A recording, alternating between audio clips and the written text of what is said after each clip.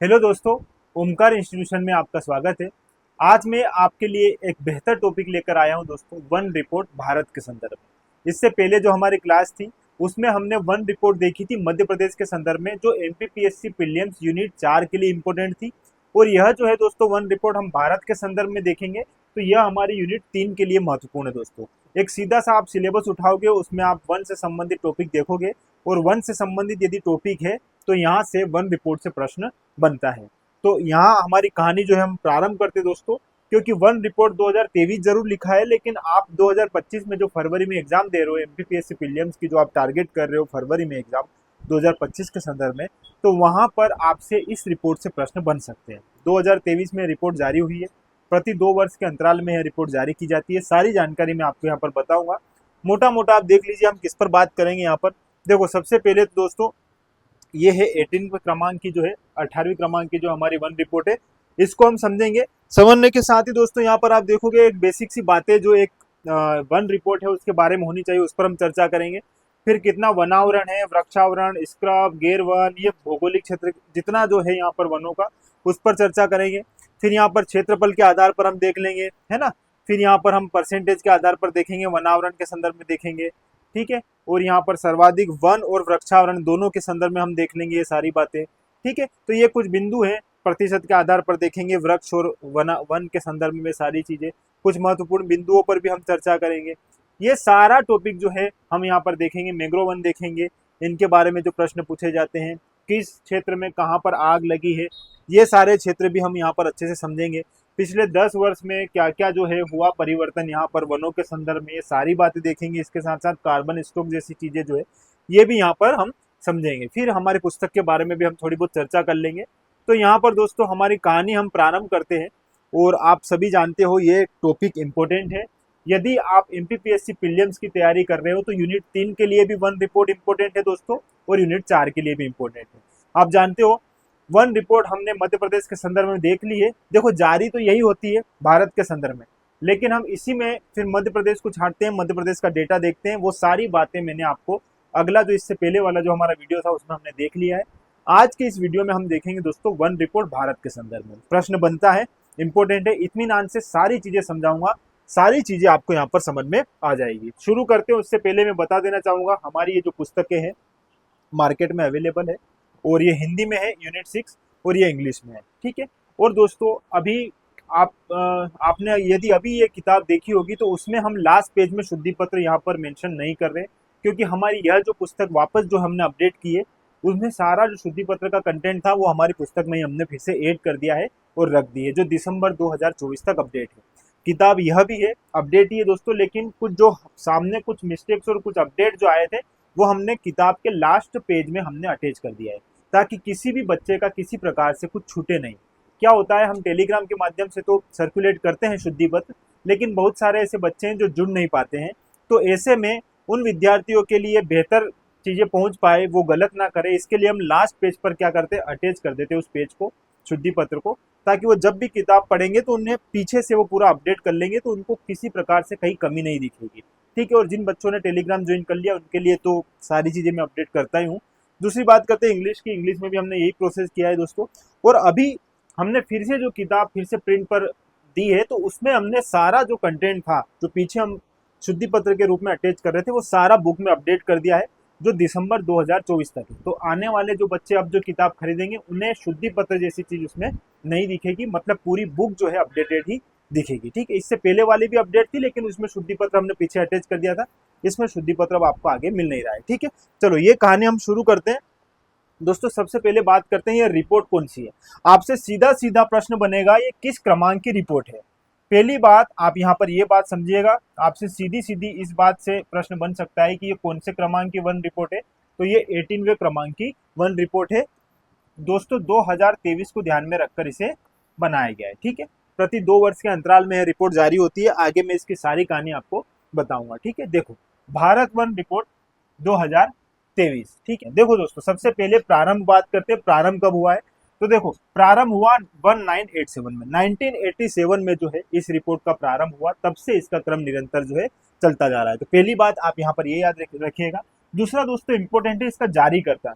जारीकर्ता से प्रश्न बनते हैं, क्योंकि यहाँ पर हर किसी को ये लगेगा कि यह जो है जारी किया जाता है किसी मंत्री द्वारा, इसको जारी किया जाता होगा, जो पर्यावरण एवं जलवायु परिवर्तन वाले जो मंत्री होंगे उनके द्वारा, लेकिन ऐसा नहीं है। इसको समझिएगा, पर्यावरण वन एवं जलवायु परिवर्तन मंत्रालय के तत्वाधान में भारतीय वन सर्वेक्षण विभाग जो है, इसके द्वारा जो है प्रत्येक 2 वर्ष के बाद यह रिपोर्ट जारी की जाती है। किसके द्वारा? भारतीय वन सर्वेक्षण विभाग द्वारा।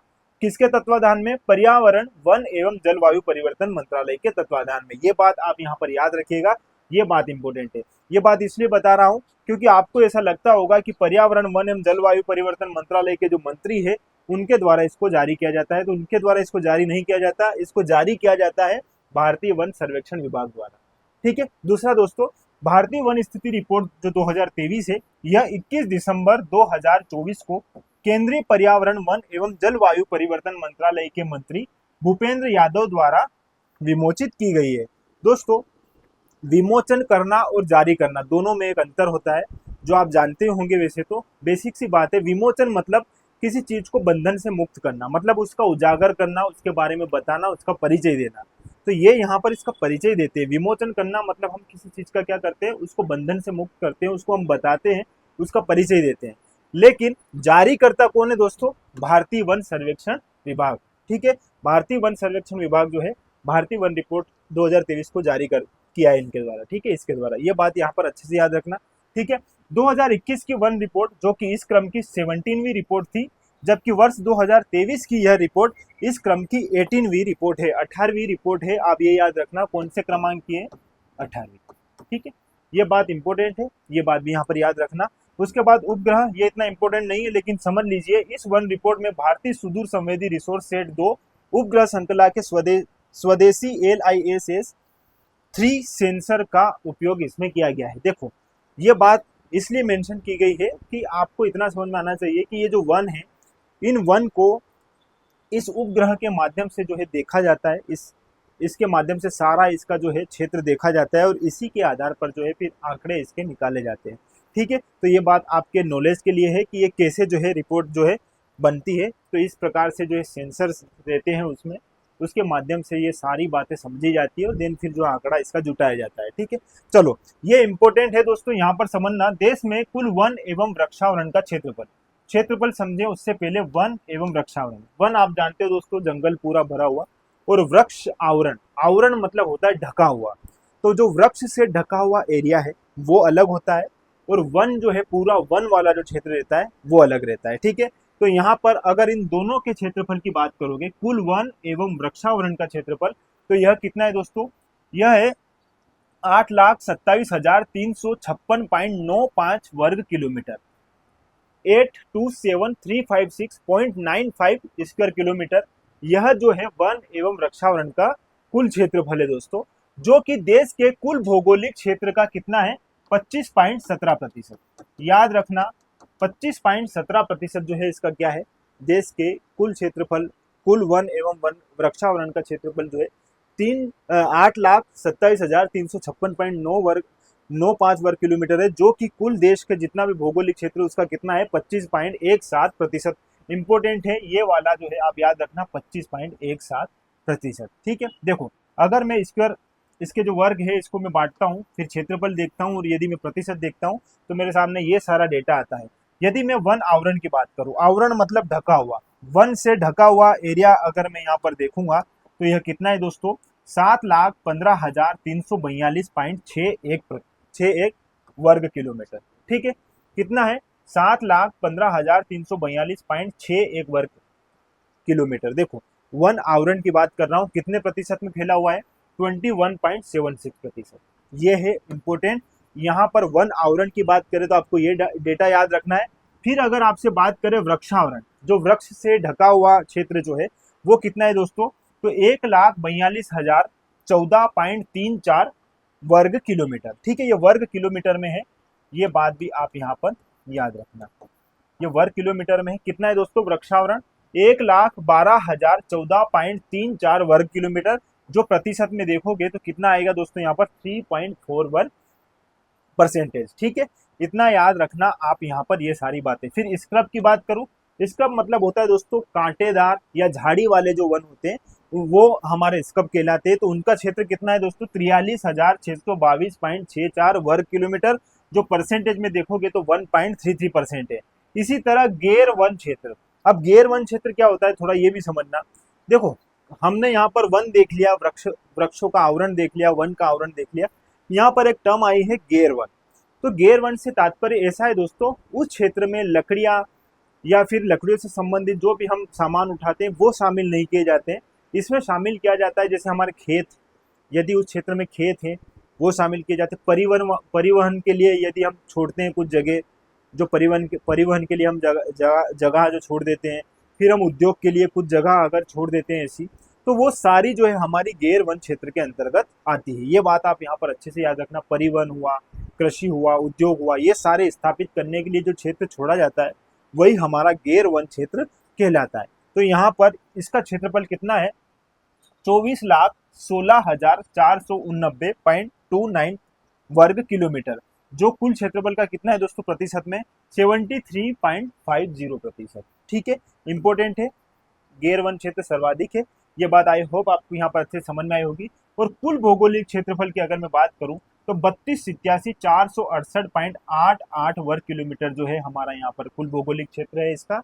और यहाँ पर आप देखोगे तो परसेंटेज अगर टोटल जोड़ोगे तो यहाँ पर 100% आपको मिल जाएगा। ठीक है, ये कहानी आप अच्छे से समझिएगा, यहाँ पर आपको किसी प्रकार से कोई समस्या नहीं आनी चाहिए। सारा डेटा है, आप इसको फोटो ले सकते हो, इसको समझ सकते हो, स्क्रीनशॉट इसका ले लीजिए आप लोग। ठीक है, आगे बात करते हैं दोस्तों। इस रिपोर्ट को हम 17वीं, जो इससे पहले 17 क्रमांक की जो हमारी वन रिपोर्ट थी उससे कंपेयर करते हैं। तो उससे कंपेयर करने पर हम पाते हैं कि कुल वन एवं वृक्षावरण में वृद्धि, किसकी बात कर रहा है, वन और वृक्षावरण में वृद्धि की बात कर रहा है कि पिछले वर्ष की तुलना में कितनी वृद्धि हुई है। तो यहाँ पर दोस्तों 1,445.81 वर्ग किलोमीटर, इतनी क्या हुई है यहाँ पर वृद्धि हुई है, किसकी, वन एवं वृक्षावरण की। यहाँ पर केवल मैं वन आवरण की बात करूंगा तो वन आवरण में कितनी वृद्धि हुई दोस्तों, तो 156.41 वर्ग किलोमीटर की। और यदि यहाँ पर मैं कुल वृक्षावरण में वृद्धि की बात करूंगा तो 1289 वर्ग किलोमीटर की यहाँ पर क्या हुई है, वृद्धि हुई है। तो ये यहाँ पर वृक्ष, यहाँ पर हमने वन और वृक्षावरण दोनों देखा, फिर वन देख लिया और फिर केवल वृक्षावरण देख लिया। ठीक है, आगे बात करते हैं दोस्तों, कुल बांस धारित वन आवरण में वृद्धि। बांस वाला जो क्षेत्र है, बांस वाला जो क्षेत्र है हमारा, कुल कितना है यहाँ पर, तो दोस्तों ये है 5,227 वर्ग किलोमीटर। कितना, 5,227 वर्ग किलोमीटर बांस आधारित जो है क्षेत्र है यहाँ पर वनों का। ठीक है, यदि मैं बात करूं यहाँ पर 18वीं वन स्थिति रिपोर्ट की, तो 18वीं वन स्थिति रिपोर्ट 2023 के अनुसार देश में कुल बांस धारित वनावरण 1,54,670 वर्ग किलोमीटर है।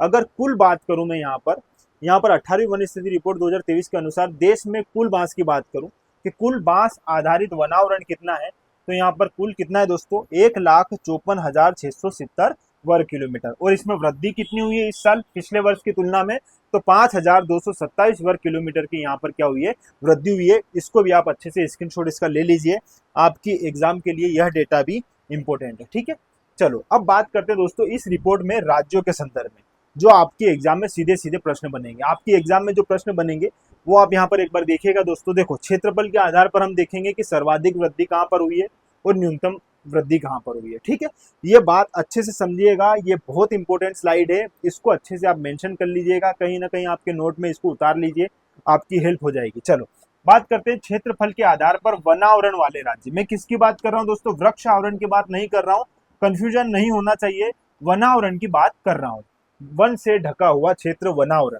ठीक है, सर्वाधिक, देखो मध्य प्रदेश में आपको मिलेगा सर्वाधिक वनावरण। तो सर्वाधिक वनावरण वाला राज्य कौन सा है क्षेत्रफल के आधार पर, मध्य प्रदेश। कितना है दोस्तों इसका, तो 77,073.44 वर्ग किलोमीटर। यदि आपने पुरानी हमारी जो वीडियो देखी होगी तो आपको समझ में आ गया होगा कि इसका क्षेत्रफल कितना है, 77,073.44 वर्ग किलोमीटर, ये बात आपको पता है। सेकेंड नंबर पर आएगा दोस्तों अरुणाचल प्रदेश। अरुणाचल प्रदेश आप देखोगे तो यहाँ पर 65,881.57 वर्ग किलोमीटर जो है आपको अरुणाचल, इसका जो है वनावरण क्षेत्र है, और यह दूसरे नंबर पर है। इसी प्रकार तीसरे नंबर पर छत्तीसगढ़ मिलेगा जो 55,811.75 वर्ग किलोमीटर के साथ तृतीय स्थान पर उपस्थित है। ठीक है, ये बात आपको समझ में आ रही होगी, ये सीक्वेंस से आप इसको याद रखिएगा। यदि मैं न्यूनतम वनावरण वाली बात करूँ तो सबसे कम आपको कहाँ पर मिलेगा दोस्तों? हरियाणा में। हरियाणा में सबसे कम वनावरण मिलेगा। कितना मिलेगा? तो 1614.26 वर्ग किलोमीटर जो सबसे कम है। फिर आप पंजाब पहुंचोगे तो यहाँ पर 1846.09 वर्ग किलोमीटर है, जो इससे थोड़ा ही ज्यादा है। और तीसरे पे आपको गोवा मिलेगा, तो यहाँ पर 2265.72 वर्ग किलोमीटर जो है गोवा का वनावरण है। तो ये सबसे कम जो है वनावरण वाले राज्य जो है, और ये जो सबसे सर्वाधिक वनावरण वाले राज्य है। दोनों याद रखना, इंपॉर्टेंट है। सर्वाधिक में इधर मध्य प्रदेश, न्यूनतम में इधर आ जाएगा हरियाणा। ठीक है, नीचे का डेटा भी याद रखना, लेकिन दोस्तों ऐसे प्रश्न आपसे बन सकते हैं। ठीक है, यदि मैं प्रतिशत के आधार पर सर्वाधिक वनावरण वाले राज्य देखूं, प्रतिशत के आधार पर, ये हमने किसके आधार पर देखे दोस्तों? क्षेत्रफल के आधार पर। यदि मैं प्रतिशत के आधार पर देखूंगा तो लक्षद्वीप जो है, आप यहाँ पर देख पा रहे होंगे लक्षद्वीप, लक्षद्वीप जो है दोस्तों सर्वाधिक है 91.33%। सर्वाधिक वनावरण वाला राज्य और केंद्र शासित प्रदेश की अगर मैं बात करूं तो यहाँ पर लक्षद्वीप आ जाएगा। फिर आ जाएगा मिजोरम, ये केंद्र शासित प्रदेश के रूप में आ जाएगा, और ये आ जाएगा आपके राज्य के रूप में मिजोरम। कितना है दोस्तों? 85.34%। फिर आ जाएगा अंडमान एवं निकोबार 81.62%। ये है प्रतिशत के आधार पर वनावरण वाले राज्य व केंद्र शासित प्रदेश। ये बात आप यहाँ पर अच्छे से क्या कर लेना, याद रख लेना, मेंशन कर लेना, इंपॉर्टेंट है। इस प्रकार से प्रश्न बनते हैं। चलो आगे बात करते हैं दोस्तों क्षेत्रफल के आधार पर। अभी हमने यहाँ पर क्या देखा है दोस्तों? यहाँ पर भी हमने वनावरण ही देखा है क्षेत्रफल के आधार पर, लेकिन यहाँ पर कितनी वृद्धि हुई है और कितनी कमी हुई है, इसमें आपको ये देखना है कि किस राज्य में कितनी वृद्धि हुई है और किस में कितनी कमी हुई है। ये प्रश्न पूछे जाते हैं। देखो, वनावरण में अधिकतम वृद्धि करने वाले राज्य, तो ये है आपका मिजोरम। पहले नंबर पर कौन दिख रहा है दोस्तों? यहाँ पर मिजोरम। ठीक है, और ये है मिजोरम, कितना? 243.73 वर्ग किलोमीटर की यहाँ पर क्या हुई है? वृद्धि हुई है। फिर मैं गुजरात की बात करूंगा तो यहाँ पर 180.07 वर्ग किलोमीटर की वृद्धि हुई है। फिर उड़ीसा की बात करूंगा तो 151.89 वर्ग किलोमीटर की यहाँ पर क्या हुई है? वृद्धि हुई है। तो ये वनावरण में वृद्धि वाले राज्य है, ये भी आप इंपोर्टेंट है आपके लिए, ये भी बात आप यहाँ पर अच्छे से याद रखिएगा। अगर मैं न्यूनतम वृद्धि की बात करूंगा तो मध्य प्रदेश में सबसे कम वृद्धि हुई है, कितनी? 371.54 वर्ग किलोमीटर। ये कमी दर्शाई गई है। आपने देखा होगा हमारे जो पिछला वीडियो था उसमें हमने बात करी थी कि जो 17वें क्रमांक की जो रिपोर्ट थी मध्य प्रदेश के संदर्भ में और जो 18वें क्रमांक की है उसमें कितना अंतर आया? 371.54 वर्ग किलोमीटर का, इतनी कमी आई है। न्यूनतम वृद्धि इसको समझ सकते हो या फिर इसमें कमी भी देख सकते हो, आप इसको ऐसे भी समझ सकते हो कि कितनी कमी आई है। तो इतनी कमी आई है। फिर आंध्र प्रदेश में 138.66 वर्ग किलोमीटर की, फिर तेलंगाना में 100.42 वर्ग किलोमीटर की। तो ये डेटा भी आपको याद रखना है, ये क्षेत्रफल के आधार पर वृद्धि और कमी को दर्शा रहा था। फिर बात करते हैं दोस्तों क्षेत्रफल के आधार पर वन और वृक्षावरण। उसमें हमने केवल क्या क्या देखा था दोस्तों? जो हमारी पहली स्लाइड थी उसमें हमने केवल वनावरण देखा था। ठीक है, हमने क्या देखा था? केवल वनावरण। लेकिन यहाँ पर हम वन और वृक्षावरण दोनों की बात कर रहे हैं कि यहाँ पर सर्वाधिक वन और वृक्षावरण वाले राज्य कौन से हैं? तो इसमें भी आ जाएगा मध्य प्रदेश। और मध्य प्रदेश का यहाँ पर क्षेत्र देखोगे आप तो 85,723.58 वर्ग किलोमीटर। और ये इंपॉर्टेंट है, आपको यहाँ पर याद रखना, एग्जाम में आपसे इस प्रकार का प्रश्न बन सकता है। दूसरा दोस्तों अरुणाचल प्रदेश है और यह है 67,083.20 वर्ग किलोमीटर। ये भी इंपॉर्टेंट है, ये बात भी अच्छे से याद रखिएगा। फिर बात करते हैं महाराष्ट्र की, तो महाराष्ट्र आ जाएगा 65,383.41 वर्ग किलोमीटर। इंपॉर्टेंट है ये बिंदु भी। तो यहाँ पर सर्वाधिक वन एवं वृक्षावरण वाले राज्यों की अगर मैं बात करूंगा तो पहले मध्य प्रदेश, फिर अरुणाचल प्रदेश, फिर महाराष्ट्र। क्षेत्रफल मध्य प्रदेश का जरूर याद रख लेना, लेकिन इनका नाम जरूर याद रखना, अरुणाचल प्रदेश है फिर महाराष्ट्र है, क्योंकि यहाँ पर आपको क्रमबद्ध रूप से भी पूछा जा सकता है कि सर्वाधिक, फिर उससे कम, फिर उससे कम। ठीक है, चलो इसी प्रकार अगर न्यूनतम वन एवं वृक्षावरण वाले राज्यों की बात करूंगा तो गोवा यहाँ पर सबसे कम वन एवं वृक्षावरण वाला क्षेत्र है और यहाँ पर कितना है? 2,523.54 वर्ग किलोमीटर। फिर आएगा हरियाणा 3,307.28 वर्ग किलोमीटर। फिर पंजाब आ जाएगा 3,321.24 वर्ग किलोमीटर। ये बात आप यहाँ पर अच्छे से याद रखना। ये डेटा जो है आपके सामने, ये याद रहे ना रहे, ये जरूर याद रखना कि वन और वृक्षावरण में सबसे कम अगर कहीं क्षेत्र है तो वो गोवा में है, फिर हरियाणा में है, फिर पंजाब में, और सर्वाधिक कहीं है तो मध्य प्रदेश में, अरुणाचल प्रदेश में और महाराष्ट्र में। इंपॉर्टेंट है, इस स्लाइड से भी प्रश्न बन सकते हैं आपसे। ठीक है, अब देखो यहाँ पर वन और वृक्षावरण की ही मैं बात करूंगा, लेकिन वृद्धि एवं कमी की बात करेंगे।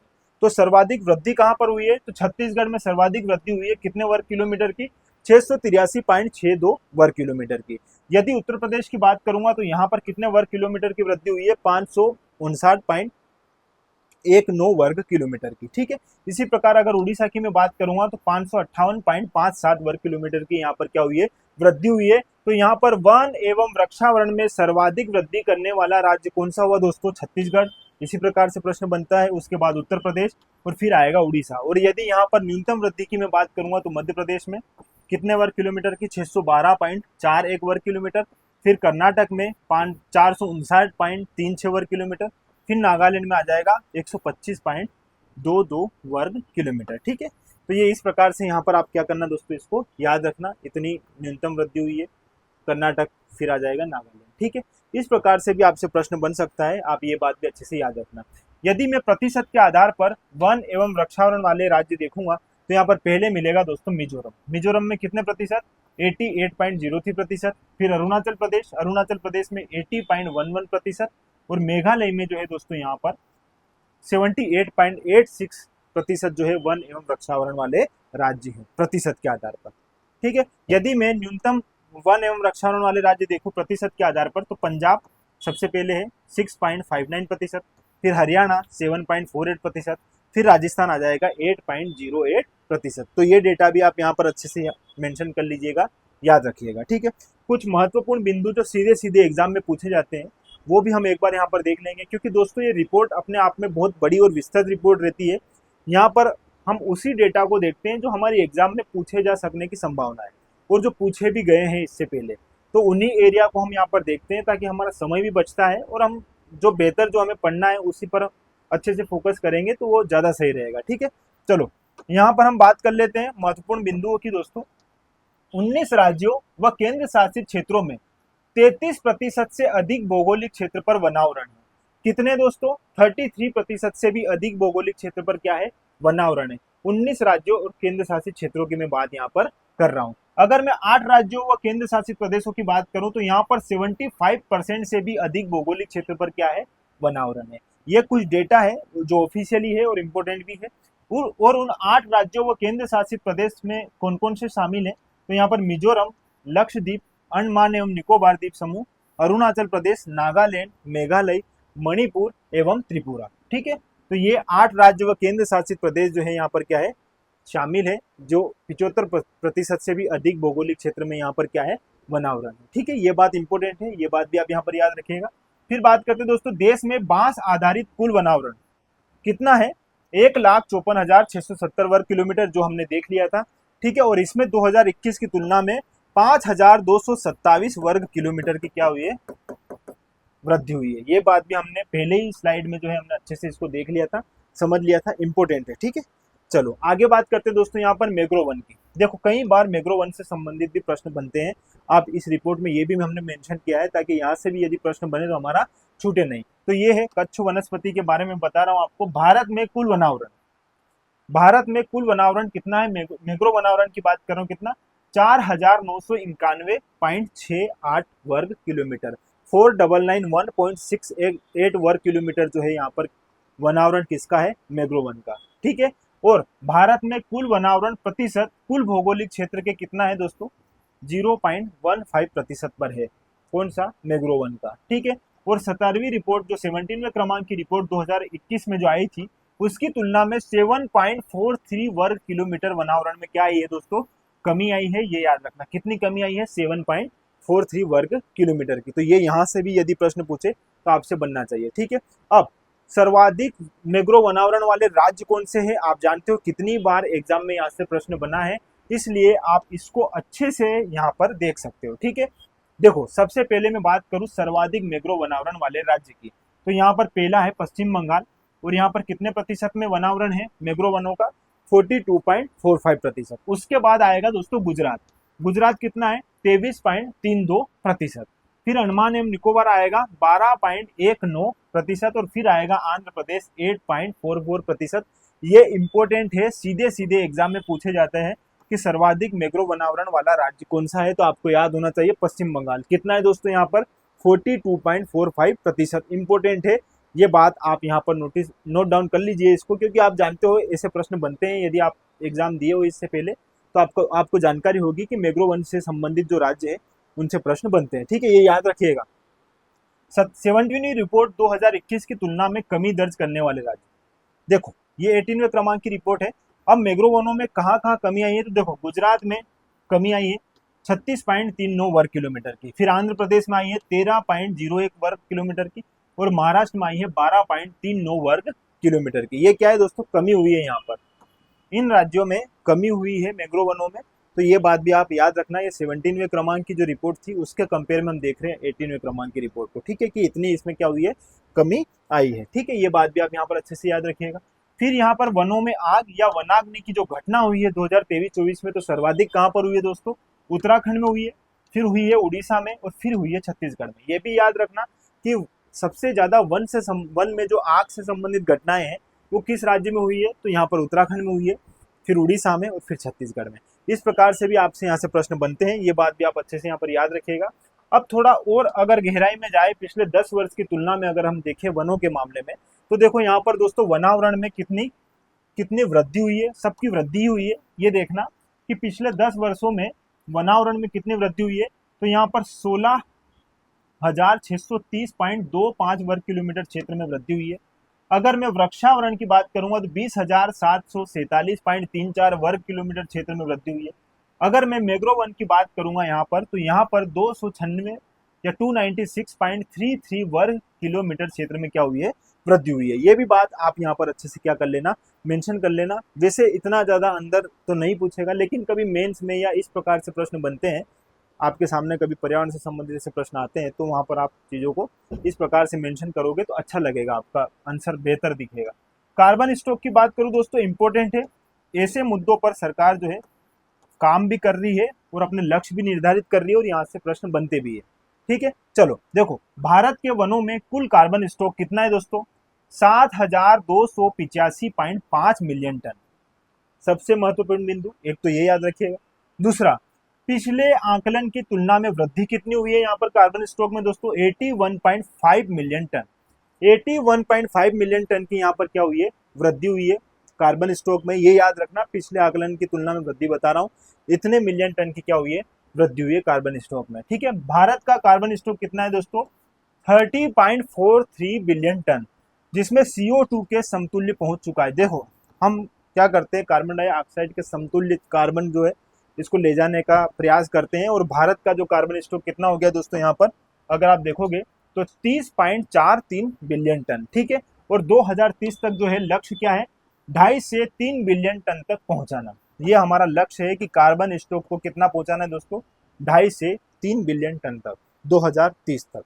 ठीक है, कार्बन उत्सर्जन जितना कम हो उतना क्या होगा, बेहतर होगा। इसी लक्ष्य को ध्यान में रखकर हमने इस बात को ध्यान में रखकर 2.5 से 3 बिलियन टन तक हमें हमारा लक्ष्य जो है पहुंचाना है 2030 तक कार्बन स्टॉक के मामले में। ये सारी बात आपके लिए इंपॉर्टेंट है, और यहाँ से सीधे सीधे प्रश्न बनते हैं। तो दोस्तों यूनिट 3 के लिए हमने वन रिपोर्ट देख ली भारत के संदर्भ में, यूनिट 4 के लिए हमने मध्य प्रदेश के संदर्भ में भी वन रिपोर्ट देख ली है। यदि आपने पिछला वीडियो नहीं देखा है तो देख लीजिएगा। और इसके बाद हमने खनिज रिपोर्ट भी देखी थी दोस्तों, जो आपकी यूनिट 3 और यूनिट 4 दोनों में पूछी जाती है। खनिज से संबंधित रिपोर्ट जो है सीधी सीधी वहाँ से पूछी जाती है, हमने वो वीडियो भी वहाँ पर डाल दिया है। तो यदि आपको किसी भी प्रकार से पूरी 1 से लेकर 10 इकाई में किसी भी प्रकार से आपको न्यू अपडेट चाहिए, या कुछ डेटा जो आपके पास नहीं है जिसकी रिक्वायरमेंट है आपको, आप हमें मैसेज के माध्यम से बताइएगा। हम पूरा प्रयास करेंगे कि हम आप तक वो डेटा पहुँचाएं। तो यहाँ पर ये जो 2 पुस्तक है आपने देखी होगी, मार्केट में उपलब्ध है दोस्तों। इकाई 6 भारत एवं मध्य प्रदेश की अर्थव्यवस्था, हिंदी में भी और इंग्लिश में भी पूरी अपडेट है दोस्तों। कहाँ तक है अपडेट, तो ये है दिसंबर 2024 तक। दिसंबर 2024 तक हमने इसको अपडेट किया है। और यदि आपने नहीं देखी है तो एक बार मार्केट में ज़रूर देखिएगा, लोगों ने बहुत पसंद भी की है। और आगे आपको किसी भी प्रकार की कुछ रिक्वायरमेंट लग रही है तो बताइएगा दोस्तों, मैसेज कीजिएगा। ये जो नंबर दिए हैं इस नंबर पर, ठीक है, यहाँ किताब पर भी जो नंबर दिए हैं आप इस पर भी मैसेज कर सकते हो। ठीक है, तो आगे आप इन सब रिपोर्ट्स को अच्छे से देखिएगा, और यहाँ से प्रश्न बनते हैं दोस्तों। तो इस प्रकार हमसे जुड़े रहिए, और जुड़े रहने के लिए आपका बहुत बहुत धन्यवाद। Thank you.